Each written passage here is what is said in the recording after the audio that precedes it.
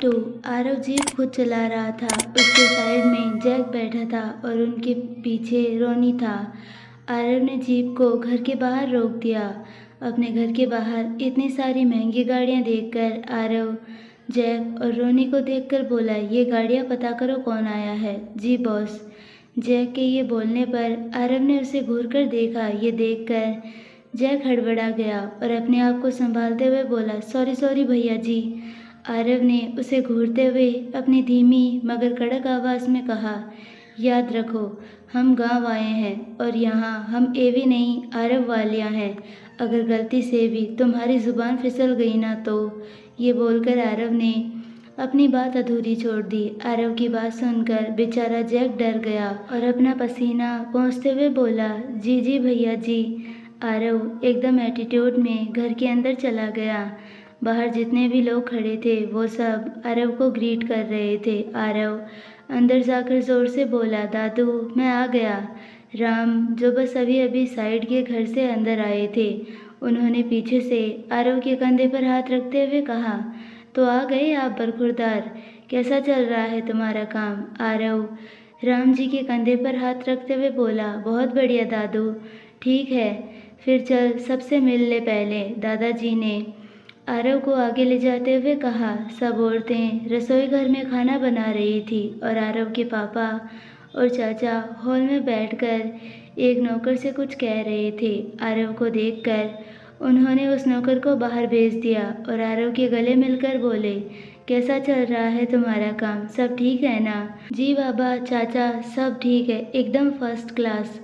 आरव ने एकदम से चहकते हुए कहा। उसकी बात सुनकर उन तीनों ने उसे घूर कर देखा और बोले, ये हमारे सामने तुम्हारी अंग्रेजी मत झाड़, हमें ये भाषा समझ में नहीं आती, तभी तो कह रहे हैं आप भी ये भाषा सीख लीजिए, पर आप हैं कि सुनते ही नहीं हैं। क्यों दादाजी, हम ऐसे ही सही हैं, तू पढ़ लिया ना, बस हमारे लिए वही काफ़ी है। और तुझसे मुझे कुछ बात करनी है, खाना खाने के बाद चलेंगे। जी दादू। वैसे माँ कहाँ है, दिख नहीं रही। सुमन, सुमन देखो वो तुम्हारा लाडला आ गया, ज़रा बाहर तो आ। आरव की बात पर उसके पापा विक्रम ने आरव की माँ को आवाज़ लगाते हुए कहा। सुमन बाहर आकर अपने बच्चे को देखकर बोली, कैसे हो मेरे बच्चे, ठीक से खाते पीते हो ना। आरव ने उनके पैर छूकर कहा, हाँ माँ हम ठीक है, तुम बताओ कैसी हो तुम। मैं तो बहुत खुश हूँ, सुमन जी ने चहकते हुए कहा। अपनी माँ को इतना खुश देखकर आरव को थोड़ा अजीब लगा, इसीलिए उसने राम जी की तरफ देखा। आरव को अपने आप को ऐसा देखता हुआ आकर दादाजी जल्दी से वहाँ से जाते हुए बोले, चलो खाना लगा दो, और हाँ बाहर खाना लगा दो, आज उन सब के साथ खाना खाएंगे। दादाजी की बात सुनकर आरव एकदम से भोला बनते हुए बोला, कौन आया है दादाजी, बाहर गाड़ियाँ हैं, वो किसकी हैं। दादाजी आरव की बात सुनकर उसे घूरने लगे और अपने मन में बोले, तुझे माफिया बनाने से अच्छा एक्टर बना देता, कितना मासूम बन रहा है। फिर उन्होंने अपना सर झटका और थोड़ा हंसकर बोले, वो तुम्हारे लिए तोहफा है बिटवा, तुम्हें बाद में पता चल जाएगा, अब चलो। आरव ने अपनी गर्दन हिला दी और उनके साथ जाने लगा। बाहर रुद्र और रघुवीर जी और प्रताप जी और रेखा जी बैठी थी। इनाया और उसकी माँ अभी उसी घर में थे। ये लो आ गया मेरा पोता। राम ने प्रताप जी से आरव को मिलवाते हुए कहा। प्रताप जी उसे देखकर बोले, हाँ हाँ पता है मुझे, तो इन सब से मिलवा दे उसे। रुद्र ने आरव को ऊपर से नीचे तक घूरा। आरव ने वाइट सदरा ब्लैक जीन्स पहनी थी और गले में मफलर डाला हुआ था। बाल सलीके से सेट थे। इस लुक में भी आरव बहुत हैंडसम लग रहा था। रुद्र ने अपने दिमाग पर जोर देते हुए कहा, यह लड़का इतना जाना पहचाना क्यों लग रहा है। लुक चेंज करने के कारण आरव थोड़ा अलग लग रहा था, जिस कारण रुद्र उसे ठीक से पहचान नहीं पा रहा था। आरव ने जब अपने सामने रघुवीर जी और रुद्र को देखा तो एक पल के लिए वो चौंक गया और अपने साइड में खड़े रोनी से बोला, ये रजावत यहाँ क्या कर रहे हैं। आरव के पूछने पे रोनी के मुंह पर तो जैसे ताला लग गया। उसने आरव को देखा और कुछ सोचते हुए बोला, ये दादू के दोस्त के बेटे हैं। प्रताप रजावत दादू के दोस्त हैं। आरव को कुछ गड़बड़ लग रही थी क्योंकि इतने सालों में उसने कभी इन लोगों को यहाँ नहीं देखा था। ये लोग अचानक यहाँ कैसे? रुद्र ने रघुवीर जी को देखा और बोला, पापा, दादू से एक बार बात कीजिए ना। इनू यहाँ कैसे रहेगी? यहाँ तो ठीक से लाइट भी नहीं है और आपको पता है ना उसे अंधेरे से कितना डर लगता है। बेचारे रघुवीर जी ने निराशा से अपना सर झुका लिया और बोले, अगर मेरे हाथ में कुछ होता तो क्या मैं मेरी बच्ची को ऐसी जगह भेजता क्या? पापा के खिलाफ तो मैं भी नहीं जा सकता। ये बात तुम्हें भी अच्छे से पता है। तभी वहाँ सब औरतें खाना लेकर आ गई और सबको खाना परोसकर अंदर चली गई। जैक और रोनी आरव से बात करना चाहते थे, लेकिन सब होने के कारण वो दोनों भी आरव से बात नहीं कर पा रहे थे। इनाया अपनी माँ की गोद में सर रखकर ऊपर छत को घूर रही थी। उसे तो विश्वास ही नहीं हो रहा था कि कल उसकी शादी है, वो भी ऐसे। ना उसके दोस्त है और ना ही कोई एंजॉयमेंट। पता नहीं दादू को इतनी जल्दी क्या है शादी की, बाद में भी अच्छे से कर सकते थे ना। फिर भी तभी वहाँ पर आरव की भाभी इनाया और ईशाना जी के लिए खाना लेकर आ गई। किसी को अंदर आता देखकर इनाया उठकर बैठ गई। आरव की भाभी यशोदा ने घूरकर इनाया को देखा, जो इस वक्त नाइटी में थी। यशोदा ने अपने मन में कहा, ये लड़की ने क्या पहना है? ये कैसे कपड़े हैं? शहर से आई है, वो भी जर्मनी से, तो ऐसे फटे हुए कपड़े पहनेगी ही ना। पता नहीं इन लोगों के पास इतना पैसा होकर भी कैसे फटे कपड़े पहन लेते हैं। जाने दो, मुझे क्या। फिर अपना सर झटक कर ईशानी से बोली, नमस्ते माँ जी, मैं आरव देवर जी की बड़ी भाभी हूँ। ये माँ जी ने खाना भेजा है। ईशानी उसे देखकर बोली, रख दो बेटा, हम खा लेंगे। यशोदा ने उसे एक स्माइल दी और एक नज़र इनाया को देखकर वहाँ से चली गई। उसके जाने के बाद इनाया अपनी माँ से बोली, मॉम, ये मुझे ऐसे घूर के क्यों गई? ईशाना जी ने अपने कंधे उचका दिए और बोली, जाने दे, तू खाना खा। इनाया ने खाने को देखते हुए कहा, मॉम, मुझे ना बर्गर की बहुत याद आ रही है। ईशाना जी ने उसे घूर कर देखा, जिसे देखकर इनाया अपनी बत्तीसी दिखाते हुए चुपचाप खाना खाने लगी। इनाया को फास्ट फूड बहुत ज़्यादा पसंद था, लेकिन फास्ट फूड खाने के बाद उसके पेट में दर्द होना शुरू हो जाता था, जो जल्दी ठीक नहीं होता था। इसीलिए घर में उसे कोई भी बाहर की चीज़ें खाने नहीं दी जाती थी। बाहर सबका खाना हो गया था, सब बैठकर बातें कर रहे थे और आरव वहाँ बैठे बैठे ऊब गया था। उसे अब गुस्सा आने लगा था, फिर भी मन मार कर वो बैठा हुआ था। थोड़ी देर बाद सब सोने चले गए। दादाजी ने आरव के कंधे पर हाथ रखा और कहा, हाँ, तो मैं ये कह रहा था कि हमने तुम्हारे लिए लड़की देखी है और कल तुम दोनों की शादी है। दादाजी की बात सुनकर आरव झट से अपनी जगह से उठ गया। उसका रिएक्शन देखकर जैक और रोनी ने अपने चेहरे को अपने एक हाथ से ढक लिया। उन्हें आरव से बहुत डर लगता था और अब तो उसके सामने ऐसी बात आई थी जिसके बारे में वो कभी सोचता भी नहीं था। इस वक्त आरव को काफ़ी गुस्सा आ रहा था। उसे ऐसा लग रहा था कि बस गुस्से से उसका सर ही फट जाएगा। उसने अपने गुस्से को शांत करने के लिए अपने दोनों हाथों की मुट्ठी बनाई और अपने आप को शांत करने लगा। उसका रिएक्शन देखकर दादाजी बोले, मुझे पता है बेटा, तुम शादी नहीं करना चाहते, लेकिन शादी की भी उम्र होती है। अब तुम शादी के लायक हो गए हो, तो हमने तुम्हारे लिए लड़की पसंद की है। अच्छी लड़की है, प्रताप की पोती है। आरव ने घूरकर जैक और रोनी को देखा। आरव को अपने आप को देखता पाकर दोनों के भी पसीने निकलने लगे। बाहर इतनी ठंडी हवाएं चल रही थी, लेकिन इस वक्त आरव गुस्से से इतना गर्म हुआ जा रहा था कि उसके बदन से आग निकल रही थी। उसने अपने आप को ठीक किया और दादाजी से बोला, दादू, प्लीज़, मैं शादी नहीं करना चाहता। आप उनसे कह दें कि हमें कोई शादी नहीं करनी है। उसकी बात सुनकर दादाजी ने उसे घूरते हुए कहा, तू मेरी बात को टालेगा? अब इतना बड़ा हो गया तू। दादाजी की बात सुनकर आरव की जुबान को ताला लग गया। भले ही उसके माफिया वर्ल्ड में उसे किसी की फिक्र नहीं थी, लेकिन उसके उल्टा उसके इस दुनिया में ऐसा नहीं था। उस दुनिया में भले ही वो माफिया था, लेकिन यहाँ वो अपनी फैमिली के बीच में था, जहाँ वो अपनी दुनिया का बाप था। वैसे ही यहाँ उसका नहीं, उसके बाप के बाप का राज था। आरव ने एक बार कोशिश करते हुए कहा, नहीं दादू, मुझे नहीं करनी शादी, मैं कल सुबह जा रहा हूँ मुंबई। आरव की बात सुनकर दादाजी ने उसे घूरते हुए कहा, ठीक है, फिर शाम को मेरा मरा हुआ मुंह देखने आना। उनकी बात सुनकर आरव ने अपने हाथों की मुट्ठियां बनाई। इस दुनिया में ऐसा कोई नहीं था जो आरव को मजबूर करे, लेकिन उसका ये दादू उसकी नहीं सुनने वाला था। उसने वहाँ से उठते हुए कहा, ठीक है, जैसा आपको लगे वैसा ही कीजिए।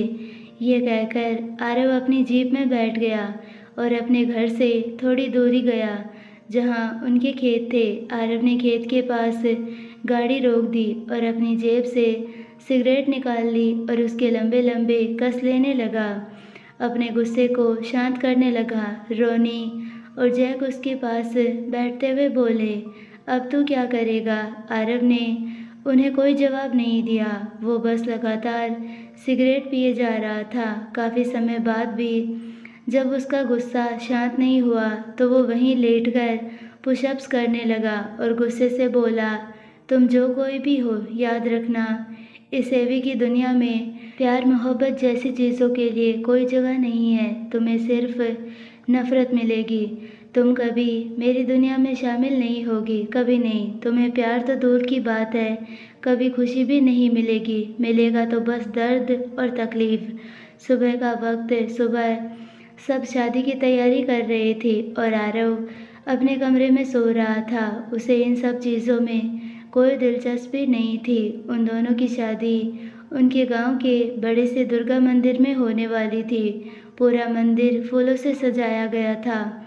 आरव का कमरा जैक और रोनी आरव को उठाने आए थे। रोनी ने आरव को जगाते हुए कहा, भैया जी उठिए, शादी है आपकी आज और आप अभी तक सो रहे हैं। दादू ने बुलाया है नीचे, उठिए।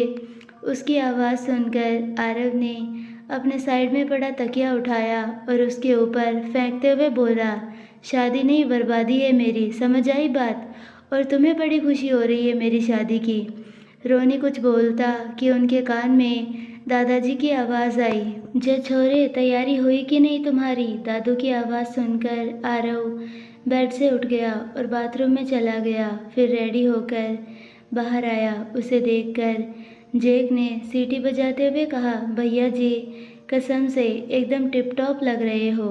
भाभी जी पक्का आप पर आज फ्लैट हो जाएगी। उसकी बात सुनकर आरव ने उसे घूर कर देखा और एक बार अपने आप को आईने में देखा। सफ़ेद और क्रीम कलर की शेरवानी में आरव बहुत ही हैंडसम लग रहा था। वो नीचे चले गए जहाँ सब उसका ही इंतज़ार कर रहे थे। सुमन ने आरव की बधाइयाँ ली और सब बारात लेकर मंदिर में चले गए। इनाया रेडी होकर मंदिर के बाहर गाड़ी में बैठी थी। बारात मंदिर में आ गई थी। पूरा गांव शादी में शामिल था। आरव मंदिर में आकर मंडप में बैठा था। पंडित जी मंत्र पढ़ रहे थे। थोड़ी देर बाद इनाया को बुलाया गया। इनाया के सर पर घूंघट था। पिंक कलर के लहंगा चोली में इनाया का गोरा रंग खिल रहा था। सिंपल मेकअप, गले में बड़ा सा हार, नाक में बड़ी सी नथ, होठों पर पिंक लिपस्टिक। इस लुक में इनाया बहुत खूबसूरत लग रही थी। आरव ने उसे एक नज़र भी नहीं देखा। इनाया आकर आरव के साइड में बैठ गई। दोनों के दिमाग में अलग अलग जंग छिड़ी हुई थी। थोड़ी देर बाद शादी की रस्में पूरी हो गई और पंडित जी ने आरव को इनाया के गले में मंगलसूत्र पहनाने के लिए कहा। आरव ने इनाया को मंगलसूत्र पहनाया और उसकी मांग में सिंदूर भर दिया। आरव के ये करते ही सभी लोगों ने उनके ऊपर फूल गिराए। आरव बेमन से वहाँ पर खड़ा था। एक एक मिनट उसके लिए भारी हो रहा था और इन सब से तो उसे और भी ज़्यादा गुस्सा आ रहा था। शादी होने के बाद उन दोनों ने बड़ों का आशीर्वाद लिया। शादी विधि विधान से पूरी हो गई थी। उसके बाद सब लोग मंदिर से घर के लिए निकल गए। घर आकर सुमन ने उन दोनों की आरती की और इनाया का गृह प्रवेश किया। फिर उन दोनों की बहुत सारी रस्में हुई। अब तक सब करते करते रात हो गई थी। दादाजी ने आरव को देखा और कहा, अब बिंदनी को गोद में उठाकर और अपने कमरे में लेके जा। दादाजी की बात सुनकर आरव ने उखड़े मन से कहा, दादू वो चलकर भी आ सकती है ना, उठाने की क्या ज़रूरत है। उसकी बात सुनकर सब हंसने लगे। दादाजी ने उसके सर पर चपत लगाते हुए कहा, तुम तो अभी से थक गए, बीवी को खुश कैसे करोगे। उनकी बात सुनकर आरव का चेहरा अजीब सा हो गया और इनाया के तो होश ही उड़ गए। उसने तो इस बारे में सोचा ही नहीं था। आरव को पता था अगर वो थोड़ी देर भी वहाँ रुका तो ये लोग उसे पूरी रात राम कहानी सुना के ही छोड़ेंगे। इसलिए उसने इनाया को झट से अपनी गोद में उठा लिया। इनाया जो इन सब के लिए तैयार नहीं थी, वो अचानक हुए हमले से हड़बड़ा गई और आरव के कंधों को पकड़ लिया। उसकी दिल की धड़कनें एकदम से शोर करने लगी थी। आरव उसे लेकर अपने कमरे में चला गया। वो दोनों जैसे ही रूम में आए, उसने सामने का नज़ारा देखकर दोनों की आंखें बड़ी बड़ी हो गई। उनके सामने बेड था जिसे लाल और सफ़ेद फूलों से सजाया गया था। वो बेड काफ़ी खूबसूरत तरीके से सजाया गया था। उस पर 2 गिफ्ट बॉक्स रखे हुए थे। आरव और इनाया दोनों के लिए ये सब कुछ नया था। आरव तो इन चीज़ों से कोसों दूर था और इनाया, उसने तो आज तक ये सब कभी अपनी आंखों से देखा भी नहीं था। आरव को ये सब देखकर गुस्सा आया और उसने इनाया को छोड़ दिया। इनाया धम से नीचे गिर गई। इनाया जो सामने का नज़ारा देखने में बिजी थी, उसे बिल्कुल भी उम्मीद नहीं थी कि आरव ऐसा कुछ करेगा। उसने अपनी कमर पर हाथ रखा और अपनी आंखें बंद कर ली। उसे काफ़ी दर्द हो रहा था। आरव जो गुस्से में सब देख रहा था, जब उसे रियलाइज़ हुआ उसने क्या किया है, उसने झट से नीचे देखा जहां इनाया अपने दर्द को सहन करने के लिए अपने दोनों होठों को आपस में भींचे रखी थी। उसने एक गहरी सांस ली और झुककर उसे फिर से उठा लिया और फिर उसे ले जाकर बेड पर बिठा दिया। इनाया का चेहरा अभी भी घूंघट में ढका हुआ था। उसके सिर्फ होठ दिख रहे थे। आरव ने उसे इग्नोर किया और अपने कपड़े लेकर चेंज करने चला गया। इनाया उसके जाते ही अपने मन में आरव को गालियाँ निकालने लगी। बेवकूफ़ कहेगा, मुझे गिरा दिया, मेरा वज़न भी इतना नहीं है कि मैं इसे इतनी भारी लग रही थी। खड़ूस कहेगा, एलिगेटर की शक्ल वाला आदि मानव, मुझे गिराया ना। देखो अब मैं कैसे तुम्हें सबक सिखाती हूँ। आरव फ्रेश होकर बाहर आया और अपना फ़ोन लेकर बालकनी में चला गया। इनाया ने भी उसे फुल इग्नोर किया और अपने बैग से अपने कपड़े लेकर बाथरूम में चली गई। थोड़ी देर बाद इनाया अपना नाइट गाउन पहनकर बाहर आई। उसके बाल खुले थे, चेहरे पर कोई मेकअप नहीं था। मांग में सिंदूर और गले में मंगलसूत्र, हाथों में चूड़ियाँ। इनाया का ये लुक उस पर बहुत खिल रहा था। उसी समय आरव भी कमरे में आ गया। उसने जब इनाया को देखा तो देखता ही रह गया। इनाया थी ही इतनी खूबसूरत। आरव की आंखें जैसे उसके चेहरे पर टिक सी गई थी, लेकिन इनाया का ध्यान उस पर बिल्कुल भी नहीं था।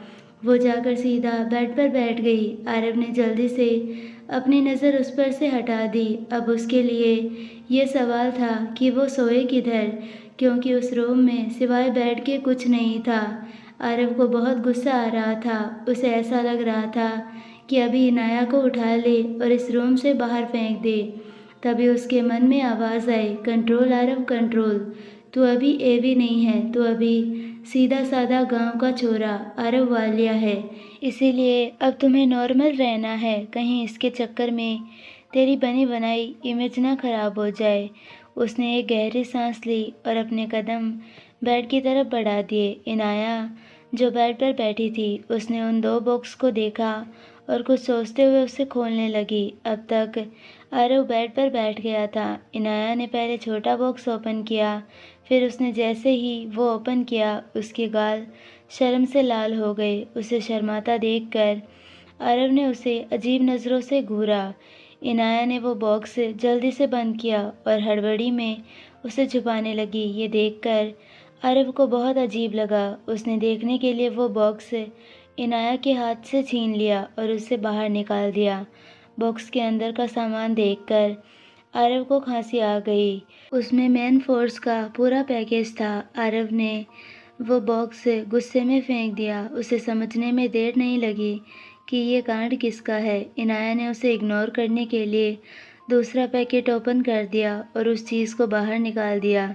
उसमें नेट की शॉर्ट गाउन थी। इनाया को वो देखकर ऐसा लग रहा था कि वो धरती फट जाए और वो उसमें समा जाए। उसने जल्दी से वो बॉक्स में डाला और उसे साइड में रखकर अपने पैर से लेकर पूरे मुंह को ब्लैंकेट से कवर कर दिया। आरव जो पूरे टाइम उसकी हरकतें देख रहा था, वो इनाया को ऐसे देखकर उसे देखता ही रह गया। उसे बिल्कुल भी उम्मीद नहीं थी कि इनाया उसे द ग्रेट बिजनेस टाइकून, पूरी दुनिया पर राज करने वाला माफिया डॉन एवी को इग्नोर कर रही थी। बात अब उसके ईगो पर आ गई थी। आज तक उसे किसी ने भी इग्नोर नहीं किया था, फिर वो चाहे एवी हो या फिर आरव वालिया। ये पहली लड़की थी जिसने उसे इग्नोर किया था, जैसे वो यहाँ एग्जिस्ट ही नहीं करता। आरव तेजी से अपना दिमाग दौड़ाने लगा कि कैसे वो इनाया को परेशान करे ताकि उसके दिल को सुकून मिले। इनाया ब्लैंकेट में दुबकी हुई थी, लेकिन उसे नींद नहीं आ रही थी। इतने सालों से अपने बेड पर सोने की आदत जो थी, ऊपर से उनके रूम का फैन किसी बैलगाड़ी जैसे घूम रहा था। एसी में सोने की आदत से मजबूर इनाया फैन की आवाज़ से सो नहीं पा रही थी। थोड़ी देर बीतने के बाद इनाया ने अपने ऊपर से ब्लैंकेट हटा दिया और सीधे होकर फैन को घूरने लगी। इनाया को ऐसे देखकर अब आरव को मज़ा आने लगा था। फाइनली आज भी जीत उसी की थी। बिना कुछ करे ही इनाया तंग होती जा रही थी। तभी उन दोनों के कान में अजीब सी आवाज़ें आने लगी। घर मिट्टी का होने के कारण साउंड प्रूफ नहीं था। उसके साथ ही गहरी सांसों और कराहने की आवाज़ें आरव और इनाया के कमरे में आने लगी। आवाज़ सुनकर इनाया की आंखें बड़ी बड़ी हो गई। आरव ने जब इनाया को देखा तो उसे देखकर उसे हंसी आ गई और वो अपने मन में बड़बड़ाया, अब आएगा मज़ा। इनाया ने रोनी सी शक्ल बनाकर आरव को देखा जो उसे ही देख रहा था। इनाया ने चिढ़कर आरव से कहा, ये सब क्या है? आरव ने अपनी आईब्रो उचकाते हुए कहा, अब ये भी तुम्हें मुझे बताना पड़ेगा। आरव की बात सुनकर बेचारी इनाया झेंप गई और इधर उधर देखते हुए बोली, लेकिन कमरे में क्यों आवाज़ें आ रही है? आरव ने उसे देखा और बोला, क्योंकि यहाँ के कमरे साउंड प्रूफ नहीं है। आरव की बात सुनकर इनाया झट से अपनी जगह से उठकर बैठ गई और अपनी रोनी सूरत बनाकर बोली, दादू आपने हमें कहाँ फंसा दिया, अब मैं क्या करूँ? इनाया का रिएक्शन देखकर आरव को बहुत मज़े आ रहे थे। उसने ऐसे और चिढ़ाते हुए कहा, मेरे पास आइडिया है, अगर तुम चाहो तो मैं बता सकता हूँ। इनाया को उसकी हेल्प बिल्कुल नहीं लेनी थी क्योंकि वो उससे बहुत चिढ़ी हुई थी। आते ही आरव ने उसकी कमर जो तोड़ी थी, फिर भी उसने अपने मन में कहा, देख हीनू, अगर तुझे इस टॉर्चर से बचना है तो उसकी हेल्प ले ले, नहीं तो पूरी रात तुझे यही गाना सुनना होगा। इनाया ने आरव को देखा और बोले, क्या आइडिया है तुम्हारे पास? तुम्हारे? आरव ने अजीब सा फेस बनाया, बड़े बाप की बिगड़ी हुई औलाद। आरव ने अपने गुस्से को कंट्रोल करते हुए बोला। इनाया को उसकी बात सुनकर काफ़ी गुस्सा आया। वो भले ही बड़े बाप की औलाद थी, लेकिन उसे अपने घर से अच्छे संस्कार मिले थे। तभी उनके कान में फिर से आवाज़ आई। इनाया ने अपने कान पर हाथ रखा और अपनी मासूम सी शक्ल बनाकर आरव को देखा और बोली, ए जी प्लीज़ आइडिया बताओ। इनाया के एकदम से बदले तेवर देखकर आरव के दिल में हलचल हुई। आरव इनाया के एकदम करीब चला गया। आरव को अपने इतने पास देखकर इनाया की हालत ख़राब हो गई। उसकी धड़कनें अचानक ही तेज़ी से चलने लगी। आरव ने उसके फेस को देखा और धीरे धीरे उसके चेहरे के करीब बढ़ते हुए अपनी हस्की वॉइस में बोला, तुम चाहो तो हम इससे ज़्यादा शोर करते हैं ताकि उनकी आवाज़ें हमें सुनाई ना दे। आरव की ऐसी आवाज़ और बातें सुनकर इनाया के शरीर में गूज़बम्स आ रहे थे। यह सब उसके साथ पहली बार हो रहा था कि कोई इंसान उसके इतना करीब था। आरव के दोनों हाथ उसके आजू बाजू थे और आरव पूरा उसके ऊपर बैंड था, लेकिन उसने इनाया को टच नहीं किया था। उन दोनों के बीच 5 इंच का डिस्टेंस था। आरव की बॉडी इतनी अट्रैक्टिव थी कि इनाया उसकी ओर खींची चली जा रही थी। उसकी मैन फ्रेग्रेंस उसे अपनी ओर खींच रही थी। आरव का भी कुछ ऐसा ही हाल था। वो भी इनाया की उस गहरी नीली आंखों में खोता जा रहा था, लेकिन उसने खुद को कंट्रोल किया और उसके ऊपर से उठते हुए बोला, क्या ख्याल है तुम्हारा? बेचारी इनाया ने उसके ऊपर तकिया फेंकते हुए कहा। बहुत घटिया आइडिया है आपका। आरव ने अपनी गर्दन टेढ़ी की और इनाया को देखते हुए बोला, वैसे आज तो हमारी सुहागरात है, ऐसे में भैया और भाभी को नहीं, ये आवाज़ें हमें निकालनी चाहिए। आरव की ऐसी बेशर्मी भरी बातें सुनकर इनाया की आंखें छोटी हो गई और वो अपने मन में सोचने लगी, दादू ने तो कहा था ये आदमी बहुत सीधा साधा है, लेकिन इसे देखकर तो कुछ और ही लग रहा है। आरव जो लोगों के चेहरे अच्छे से पढ़ना जानता है, उसने इनाया के चेहरे के भाव पढ़ लिए और वो मन में बोला, क्या मैंने ज़्यादा कर दिया या फिर कुछ गलत? यार बस इसीलिए मुझे लड़कियों से चिढ़ होती है। इन्हें हैंडल करना मतलब खुद ही खाई में गिरने जैसा है। मैं यहाँ पर आया ही क्यों? कल सुबह ही यहाँ से निकलना होगा, नहीं तो पता नहीं ये आफत की पुड़िया मेरा सारा भांडा फोड़ दे और मेरा ये भोला सा चेहरा सबके सामने खराब हो जाए। आरव ने एक गहरी सांस ली और अपने साइड पर लेट गया। उस कमरे में अभी भी आवाज़ें आ रही थी। इनाया काफ़ी फ्रस्ट्रेट हो गई थी। उसे एकदम सन्नाटे में सोने की आदत थी और यहाँ फ़ैन की आवाज़ के साथ साथ अजीबोगरीब गाने सुनने को मिल रहे थे। इनाया को गानों से कुछ याद आया और उसकी आंखों में चमक आ गई। वो झट से बेड से उतरी और अपनी हैंडबैग खोलकर उससे ब्लूटूथ निकाल लिए और अपने फ़ोन से कनेक्ट करके गाने सुनने लगी। आरव ने जब बेड पर कुछ हलचल महसूस नहीं की तो उसने पीछे पलटकर देखा। इनाया आराम से सो रही थी। इनाया को सोता देखकर आरव खुश नहीं था। ये मेरी नींद उड़ाकर खुद आराम से सो रही है। आरव कुछ और सोचता कि तभी उसके फ़ोन पर एक ईमेल आ गया। उसने अपना फ़ोन चेक किया। फ़ोन देखकर उसके फेस पर गहरी मुस्कान आ गई। उसने एक नज़र इनाया को देखा, फिर अपने बेड से उठकर बालकनी में चला गया। इस वक्त सब जगह सिर्फ अंधेरा था। आरव के रूम में हल्की डिम लाइट जल रही थी। आरव ने अपने फ़ोन से किसी को फ़ोन किया और बोला, क्या अपडेट है? उस साइड से किसी ने कुछ कहा, जिसे सुनकर आरव बोला, नज़र रखो उस पर। फ़ोन रखकर आरव बालकनी से अंदर आने लगा। अंधेरा इतना ज़्यादा था कि आरव पूरा ब्लैक दिख रहा था। इनाया को गर्मी के कारण ठीक से नींद नहीं आ रही थी। उसकी आंखें अचानक ही खुल गई। उसकी आंखें जैसे ही खुली, उसे अपने सामने एक शैडो दिखा, जिसे देखकर इनाया की एक ज़ोरदार चीख निकल गई। आरव जो आराम से बेड की तरफ आ रहा था, इनाया की चीख सुनकर हैरान हो गया और जल्दी से उसके पास जाकर उसके मुंह पर हाथ रखते हुए बोला, बेवकूफ़ लड़की, इतना चिल्ला क्यों रही हो? आरव की आवाज़ सुनकर इनाया रिलैक्स हुई, लेकिन अपने लिए बेवकूफ़ शब्द सुनकर उसने आरव को घूर कर देखा। तभी उन दोनों के कान में आवाज़ आई, अरे भाई, थोड़ा आराम से करो, ऐसे चीखें सुना के हमारे सोए हुए अरमान क्यों जगा रहे हो?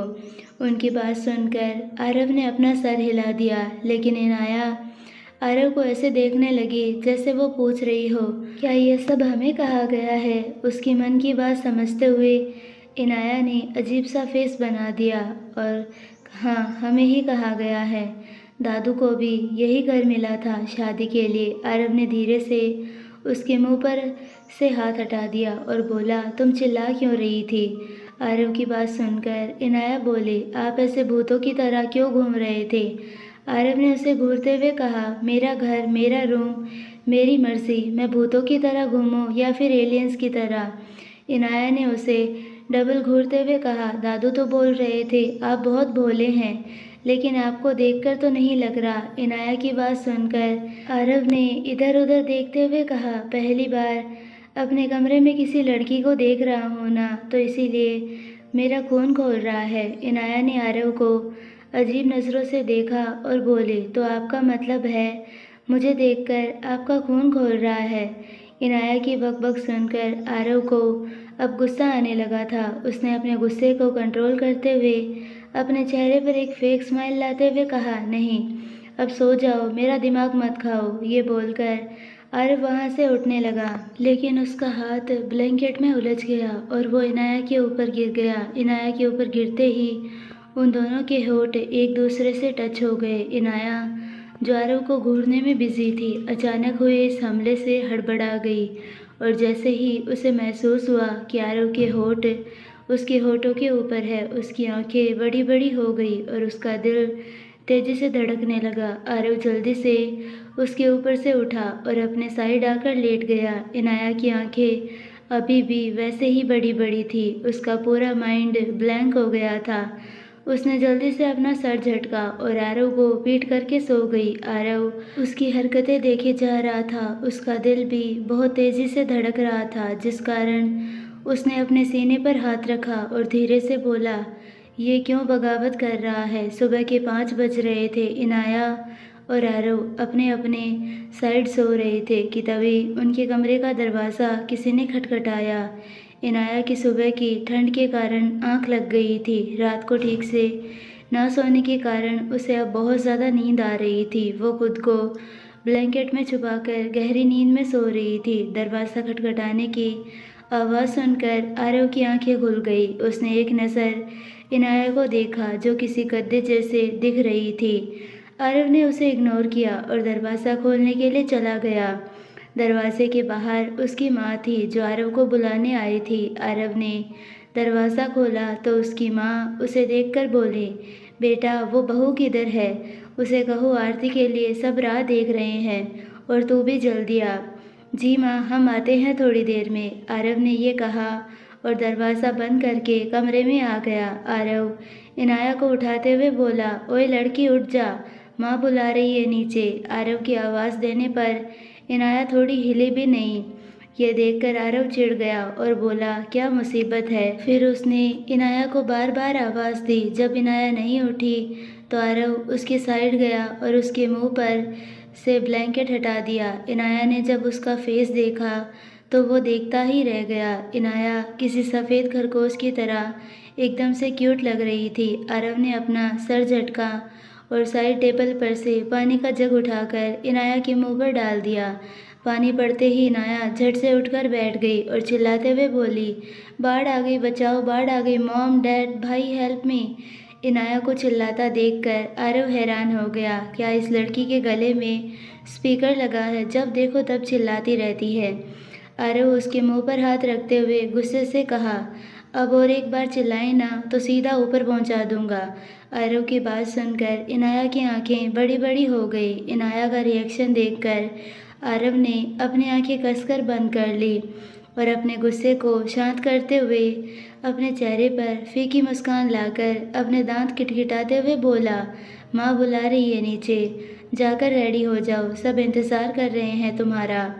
इतना बोलकर उसने उसके मुंह पर से हाथ हटा दिया और बोला, स्टूपिड गर्ल, पता नहीं कहाँ से मेरी ज़िंदगी में टपक पड़ी है, जर्मनी से। उसकी बात सुनकर इनाया ने उसे घूरते हुए बोली। आरव ने उसे बुरी तरह घूरा और कहा, जैसे आई हो ना वैसे ही वापस भी चली जाओ। अगर इतनी ही चिढ़ हो रही है तो शादी क्यों की? इनाया ने भी उसे घूरते हुए कहा। आरव ने उसे देखा और अजीब सा चेहरा बनाकर बोला, तुमने क्यों की शादी? दादाजी के लिए। इनाया ने बुरा सा मुंह बनाकर कहा।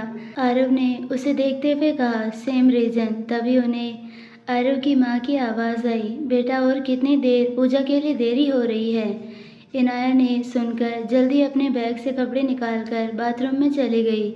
इनाया ने अपना सारा सामान साथ लाया था। उसका सामान देखकर आरव ने अपना सर हिलाया और बोला, लड़कियों की यही प्रॉब्लम होती है, जहाँ भी जाती है अपने कचरे का डब्बे का सामान साथ लेकर ही जाती है।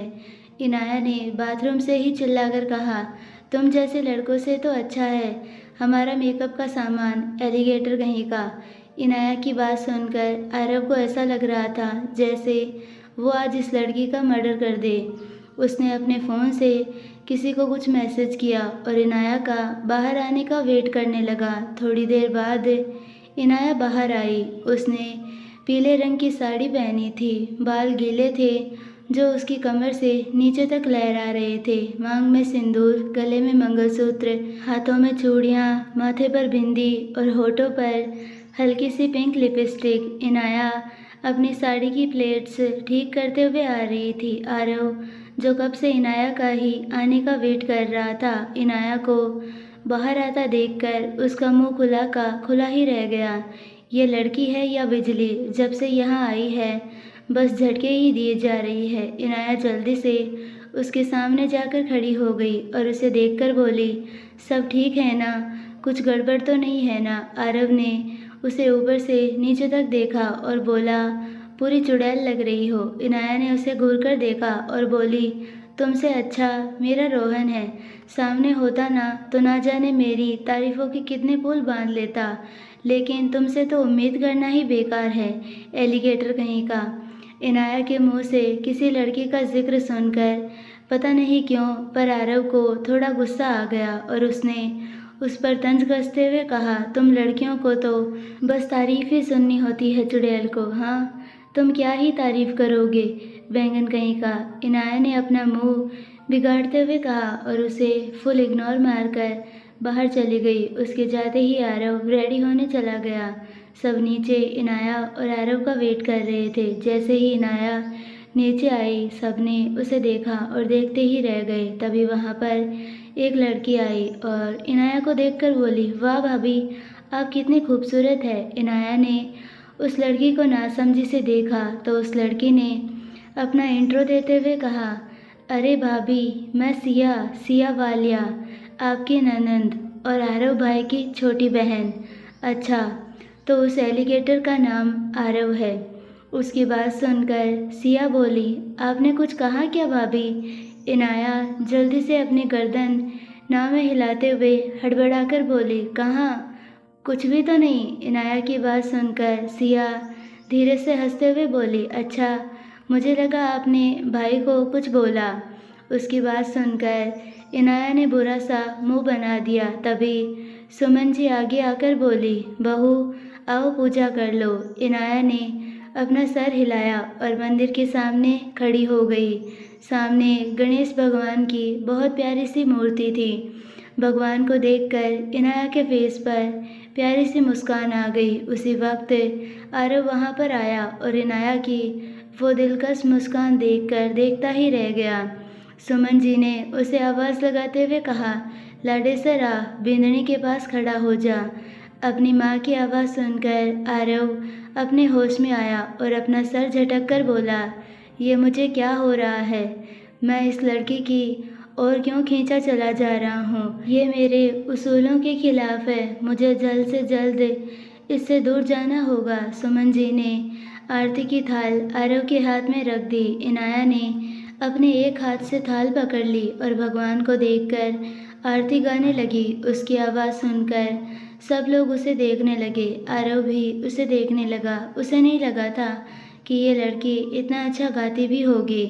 वजन होने के बाद इनाया ने सबको आरती दी। उसने देखा उसकी फैमिली भी वहीं है। उसने आरती देकर सब बड़ों के पैर छू लिए और एक साइड खड़ी हो गई। सबने उसे देखा। तभी रेखा दादी ने उसे देखा और कहा, लाडो, जमाई के पैर पड़। इनाया दादी की बात सुनकर अजीब सा फेस बना लिया। आरव ने डेविल स्माइल करके बोला, अब मज़ा आएगा। इनाया उसके सामने जाकर खड़ी हो गई और उसे देखकर अजीब सी स्माइल दी। फिर उसने झुककर आरव के पैरों पर अपना हाथ रखा और उसके पैर पर ज़ोर से चिमटी काटी। आरव वैसे ही खड़ा रहा जैसे उसे कोई फ़र्क ही ना पड़ा हो। उसे कोई रिस्पॉन्स ना करता देखकर इनाया ने अपना मुंह बिगाड़ दिया। आरव ने सबको देखा और कहा, मैं आज वापस जा रहा हूँ। ये सुनते ही पूरे घर में सन्नाटा छा गया। क्या तो आप सबको क्या लगता है, आरव विनायक को अपने साथ लेकर जाएगा? कमेंट सेक्शन में ज़रूर बताना।